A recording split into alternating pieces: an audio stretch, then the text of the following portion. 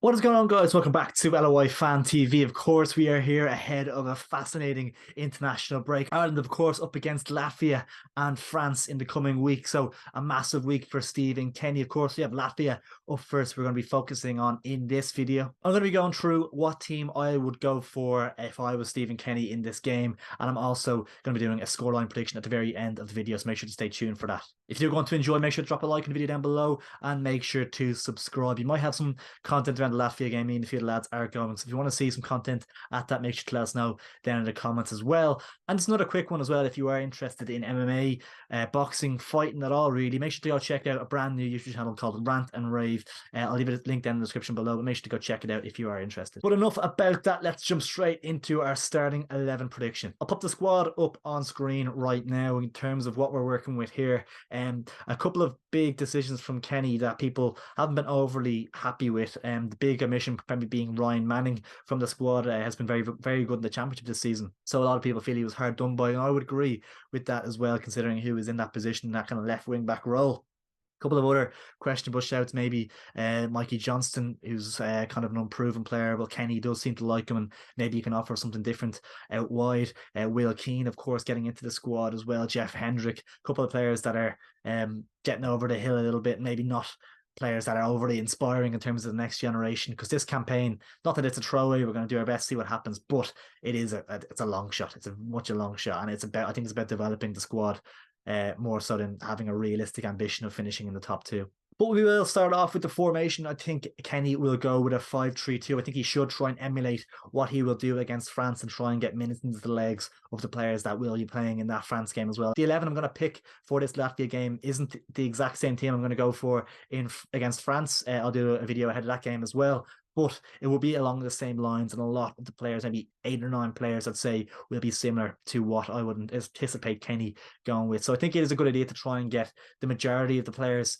that are due to play against France into this 11, just to get them that bit of chemistry in amongst them, and try and have that little bit of fluidity in the group, and try and form kind of patterns of play and stuff like that. In goal, of course, I don't think this is much of a debate here. Obviously, we have 3 very, very good goalkeepers in Bazunu, Kelleher and Mark Travers, but I think it's a no-brainer. It's going to be Gavin Bazunu, who's playing week in, week out in the Premier League. He's in a struggling Southampton side, but he is showing signs of a lot of promise, and of course he is touted to be one of the best young goalkeepers in Europe as well. So there's no two ways about it. It has to be Gavin Bazunu. In terms of the back 5, then I am going to go for Matt Doherty at right wing back. Obviously has been on loan with Atletico Madrid. One of the strangest moves of the January transfer window, has to be said. Hasn't really been featuring an awful lot for Diego Simeone's side, but the fact he is playing for a team of that caliber, he has to be in this starting 11. So yeah, Matt Doherty, right wing back.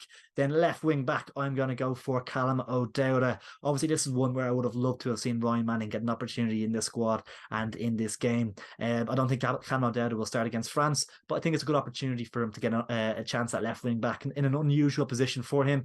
But I think it's a good opportunity to see what he's got to offer on that side in this Latvia game. Obviously, James McLean as well, a little bit older now, so maybe to save him for that France game, he's going to have a tough night against, whether it be Mbappe, Colin Muani, and Ousmane Dembele, whoever it is. So he has been playing a lot for Wigan as well. So I think give McLean a little bit of a rest in this one and save him for next week. But yeah, I'll go for Callum O'Dowda, left wing back. The 3 centre backs is difficult enough to a degree. There's plenty of options. Obviously, I think Seamus Coleman will start against France, but I don't anticipate him to start in this one. At right centre back, I would go for Dara O'Shea. Obviously, a very versatile defender, can play across the back 4. He's been featuring a lot for a resurgent West Brom side in the Championship this season. So yeah, I'd go for Dara O'Shea on that right centre back. Left centre back, I'd go for John Egan. I think it's between those two in particular for that 3rd centre back spot against France, and I think John Egan will probably get the nod in that game due to his experience, and I think they will play him here as well at left centre back, because he is one of the kind of mainstays in this Ireland squad, a huge character, and is always a really good performer for Ireland.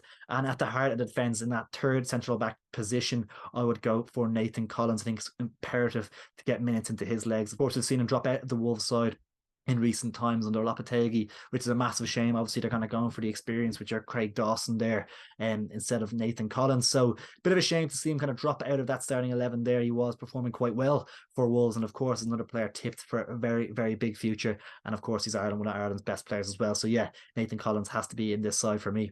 In midfield, the no-brainer has to be Josh Cullen. He has been amazing for Burnley this season as they are romping to the championship title there streets ahead of everybody in the championship. And I think Josh Cullen is going to be a really, really good Premier League midfielder next year, which is really exciting for him. He's at a really good age, and I think it's a really, really exciting time of his career. And he's another really, really important player for Ireland. He's probably one of our best, most integral parts of our side. So yeah, Josh Cullen has to be in there for me. Alongside him, I would go for Jason Malumbi. He is an energetic box-to-box midfielder. We all know what he can bring to the team as well. And at 23, there's still so much room for improvement and for growth. And he's another one that you'd like to think could go on to become a Premier League midfielder in the next couple of years as well. He's featured 36 times for West Bromwich Albion in the Championship this season, and it has been quite impressive for them. So yeah, Jason Malumbi gets the nod for me.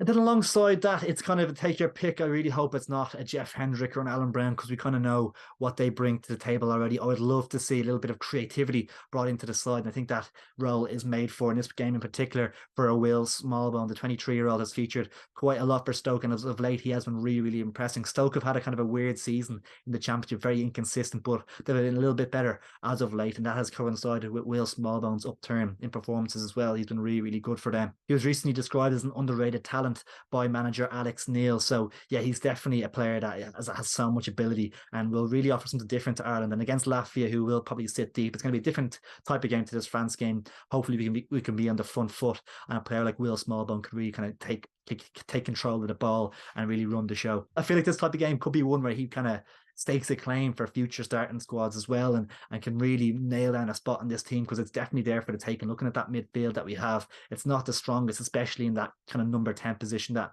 creative midfielder role. I think it's a really big opportunity for him to stand out and to really take a place in the Ireland starting squad by the scruff of the neck. And then in terms of a front two, it's quite a tricky one once again. It's a case of really take your pick, because it's hard to know what Kenny will go for. He's of course like the likes of Adam Eden in the past, but he has been ruled out of this squad through injury, unfortunately, which is a huge shame.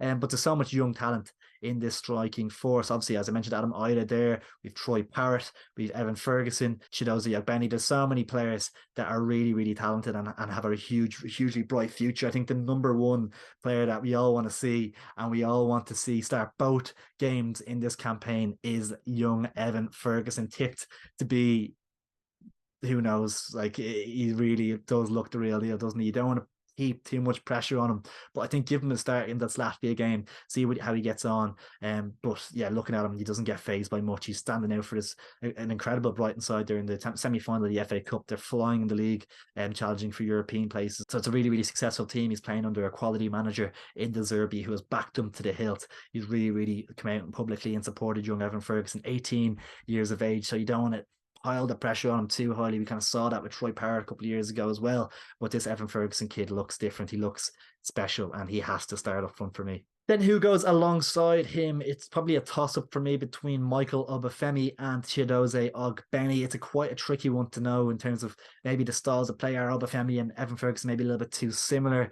Are we going to be on the front foot too much? I know Ogbeni can kind of drift wide, drip deep, get on the ball, run in behind, make things happen. And for me, I think I'd go with Chidozie Ogbeni. I think he does offer that a little bit different. I think Obafemi and Ferguson might try and stay in the same positions to a degree. I think Ogbeni can do the work in around Ferguson and cause some problems and create some space for Evan Ferguson, who's kind of that fox in the box and can really kind of stay central, whereas Ogbeni can just play off from either side. I think that's the route I would take, and it's probably a similar route I would take in the France game as well.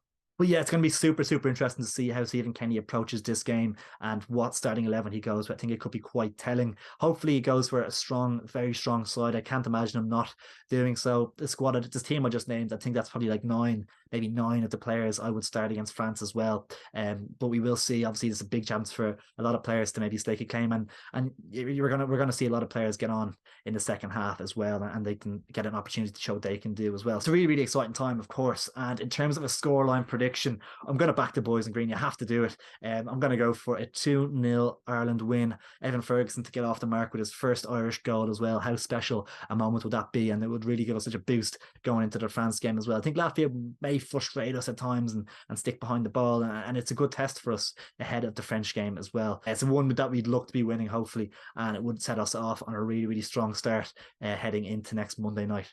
Well, guys, if you did enjoy the video, make sure to drop a like on it down below. It is much, much appreciated. And if you are new around here, make sure to subscribe. It is much appreciated. We'll keep the international content coming throughout the week. We'll have a couple of LOI videos on the way as well. I'm not sure if you've watched previously, but the full story, we have season 1, episode 1 and episode 2 out. They were with Stephen Murphy and Carl Moore. Really, really good interviews. So make sure to go check them out. But we have a bumper episode coming in the season finale this weekend. So make sure to stay tuned for that. It'll be dropping on, I believe, Saturday or Sunday. So make sure to stay tuned for that. But yeah, really, really appreciate you tuning into the video, guys. Get your scoreline predictions down in the comments below and let us know your lineup predictions as well. I'll be replying to all the comments. So yeah, make sure to get down there and get amongst the chat. Thanks, William, for tuning in, and I'll catch you in a bit.